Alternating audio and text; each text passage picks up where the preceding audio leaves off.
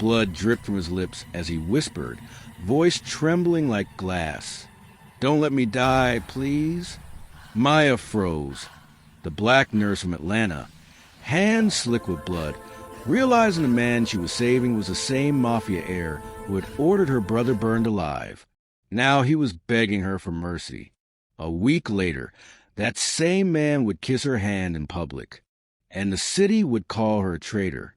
But tonight, only the siren screamed. The clinic smelled of bleach, rust, and rain-soaked dust. Maya Jefferson had seen men bleed before. Gang fights, drug deals gone wrong, children caught in crossfire between the rich and the desperate. But never him. The stranger on her clinic floor wasn't a street thug. His wrist carried a black serpent coiled around a crown, the insignia of the Valente family, the most feared mafia in New York.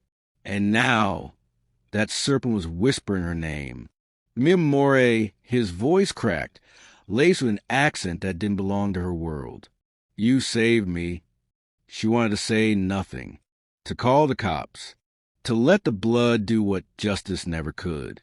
But the healer in her, the part that still believed life mattered, refused. Her hands moved on their own, stitching him back from the edge while his gaze lingered on her face. Not with gratitude, but curiosity. Like he'd never seen someone like her up close, without a gun between them. By dawn, the city burned with headlines. Valente heir missing, possible retaliation attack. But in a crumbling clinic on Auburn Avenue, the air woke to the smell of bleach and gospel music. "You're safe," she muttered, her tone cold as steel. He smiled faintly. "Safe with a woman whose brother I killed?" Her breath hitched. The words hung like smoke. Before she could speak, he whispered, "Not by my hands, my orders, my shame." She turned away, pretending not to tremble, but he saw it, and somehow he looked the most alive when she looked disgusted. For days, he healed under her care. At night, he'd hum Italian lullabies, low, haunting, like confessions wrapped in melody. He'd translate them in fragments. Asterisk, even devils beg for angels when dying. Asterisk, she told herself not to listen, not to feel. But when his hand brushed hers, she didn't pull away fast enough. Then came the knock, hard, echoing through the peeling walls. 2 cops, white, cold eyes scanning her small clinic like it was a crime scene, were looking for a fugitive. Italian male, late 20s. Their gaze lingered on her skin longer than her face. She felt smaller than her own shadow. "You seen anyone suspicious?" one asked, his smirk curving into mockery. From behind the curtain, she heard the faint click of a gun's safety. One wrong word, and blood would spill again. "No," she whispered. "No one like that here." They exchanged a knowing look, that same condescension dressed as authority, before walking out. But their eyes said what their mouths didn't. Asterisk, a black woman lying for a white man? Unbelievable. Asterisk. That night, he kissed her hand, the same one that had stitched his wound shut. "You risked your life for me," he said softly. "Why?" She looked at him, tired and steady. "Because I'm not you," she replied. "Because someone has to be human." He smiled faintly, a smile that didn't reach his eyes. "Humanity," he murmured, "is the prettiest disguise." 2 days later, the world turned. Valente family disowned son after interracial scandal. Her clinic was vandalized by mourning. Glass shattered, walls bleeding red, paint spelling traitor. The same cops returned, this time with cameras and microphones. "You think saving a killer makes you a saint?" one asked, his voice dripping mockery. She didn't answer as they dragged Luca Valente away in cuffs. He didn't fight, didn't look back until the last second, and when he did, his eyes said everything words couldn't. Months later, her clinic closed. Her name faded from headlines. Until one night, an envelope slid beneath her door.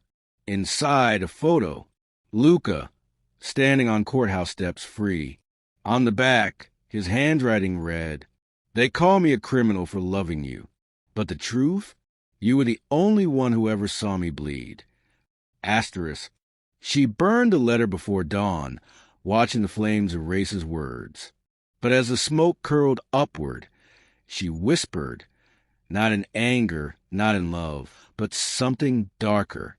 Maybe he was right. Outside, in the alley's shadow, a black serpent tattoo glimmered faintly under the moonlight, freshly inked on a woman's wrist. Rain slashed against the church windows like a storm that refused to die. Maya stood in the doorway, her pulse louder than the thunder. Every step echoed through the hollow pews like a heartbeat she no longer trusted.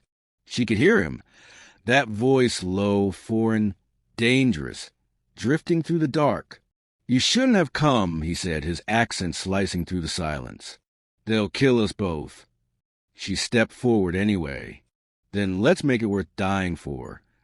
Out of the shadows, he appeared, Luca Valente. The serpent tattoo shimmered across his throat like a brand of sin and salvation. The heir to the empire that had destroyed her brother's life. The man she'd once saved from his own blood.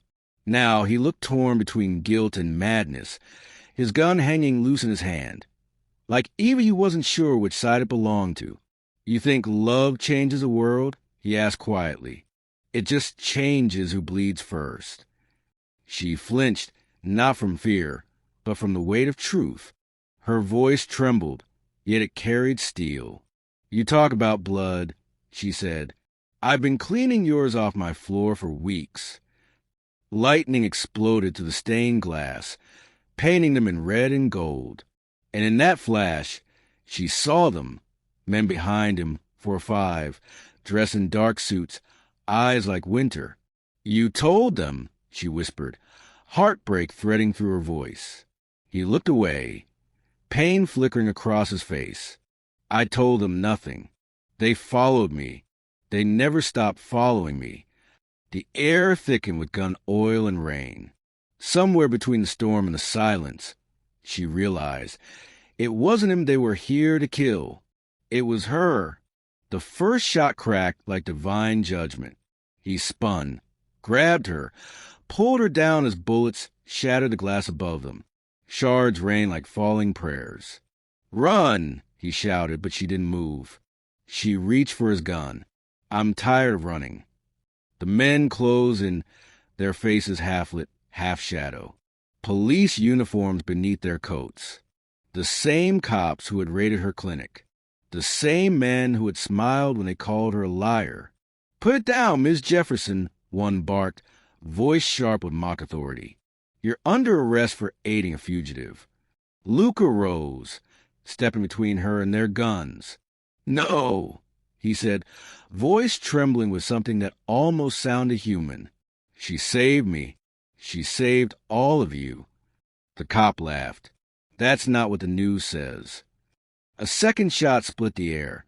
Luca staggered, eyes wide, breath escaping in a broken gasp. Then his knees buckled. The world froze.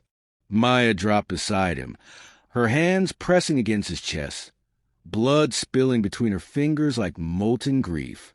His eyes found hers, fading but calm. "They'll bury me as a monster," he whispered. "Don't let them bury you as my sin." She wanted to scream, but the sound never came. Only fire, only fury. Sirens, flashlights, hands pulling her away, her wrists clamped in cold steel. As they dragged her past his body, one officer spat. "Guess you finally learned who you were protecting." She turned her head, her voice hollow but sharp enough to cut glass. "No," she said softly. "You did." Weeks blurred into headlines. Black nurse seduces mafia heir in racial scandal. Her license revoked. Her clinic condemned. Her name turned into a warning. But on the night before her sentencing, an envelope slid under her cell door. No return address. Just a wax seal, the serpent and the crown. Inside, a single note written in Italian. Asterisk, the empire is yours now. Make them kneel. Asterisk, the next morning, the courthouse buzzed like a hive. Reporters swarmed. Cameras flashed. But when the doors opened, Maya Jefferson didn't walk in alone. Behind her came men in black suits, silent, foreign, eyes like marble. Each bore the same serpent tattoo. She met the judge's gaze and smiled, not kindly, but like thunder breaking the horizon. The smile of a woman who had lost everything and found power in ashes. That night, the city slept beneath a crimson sky.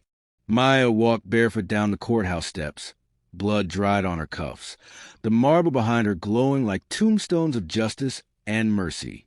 Inside, Luca's trial had ended without a body. They called it international interference. She called it erasure. The judge's words still echoed. Asterisk, no law protects those who cross lines meant to divide. Asterisk, she had wanted to laugh, to scream, to tell him her entire life was a line, drawn, crossed, and redrawn by others. But she said nothing. Silence had become her sharpest weapon. A black car idled by the curb, its engine low like a heartbeat. When she approached, the door opened. A man stepped out, olive skin, expensive suit, eyes she'd never seen but somehow knew. He handed her a single object, Luca's rosary. The beads were slick with dried blood. He wanted you to have this, the man said in that same Italian lilt. She turned it over. Behind the silver cross, 2 tiny letters were carved. MJ. Her initials. A chill passed through her. He hadn't died. He had rewritten the ending. Her clinic, her ruin, all part of the plan to free her from a world that would never forgive her color or his name. She looked at the car again, the serpent emblem gleaming on its door. It wasn't his family's mark anymore. It was hers. Rain began to fall again, slow, deliberate, washing nothing clean. She climbed into the car, the city lights reflecting on her face like firelight from a reborn world. She pressed a rosary to her lips and whispered something meant only for the dead. The car rolled into the dark, and somewhere behind her, a radio voice broke through static. Breaking news. The Valente Syndicate has a new leader. For the first time, the world pronounced her name without flinching, and as the rain swallowed the city whole, a voice, soft, defiant, echoed through the storm. If her rise made you tremble, remember, every silence begins as a scream no one believed.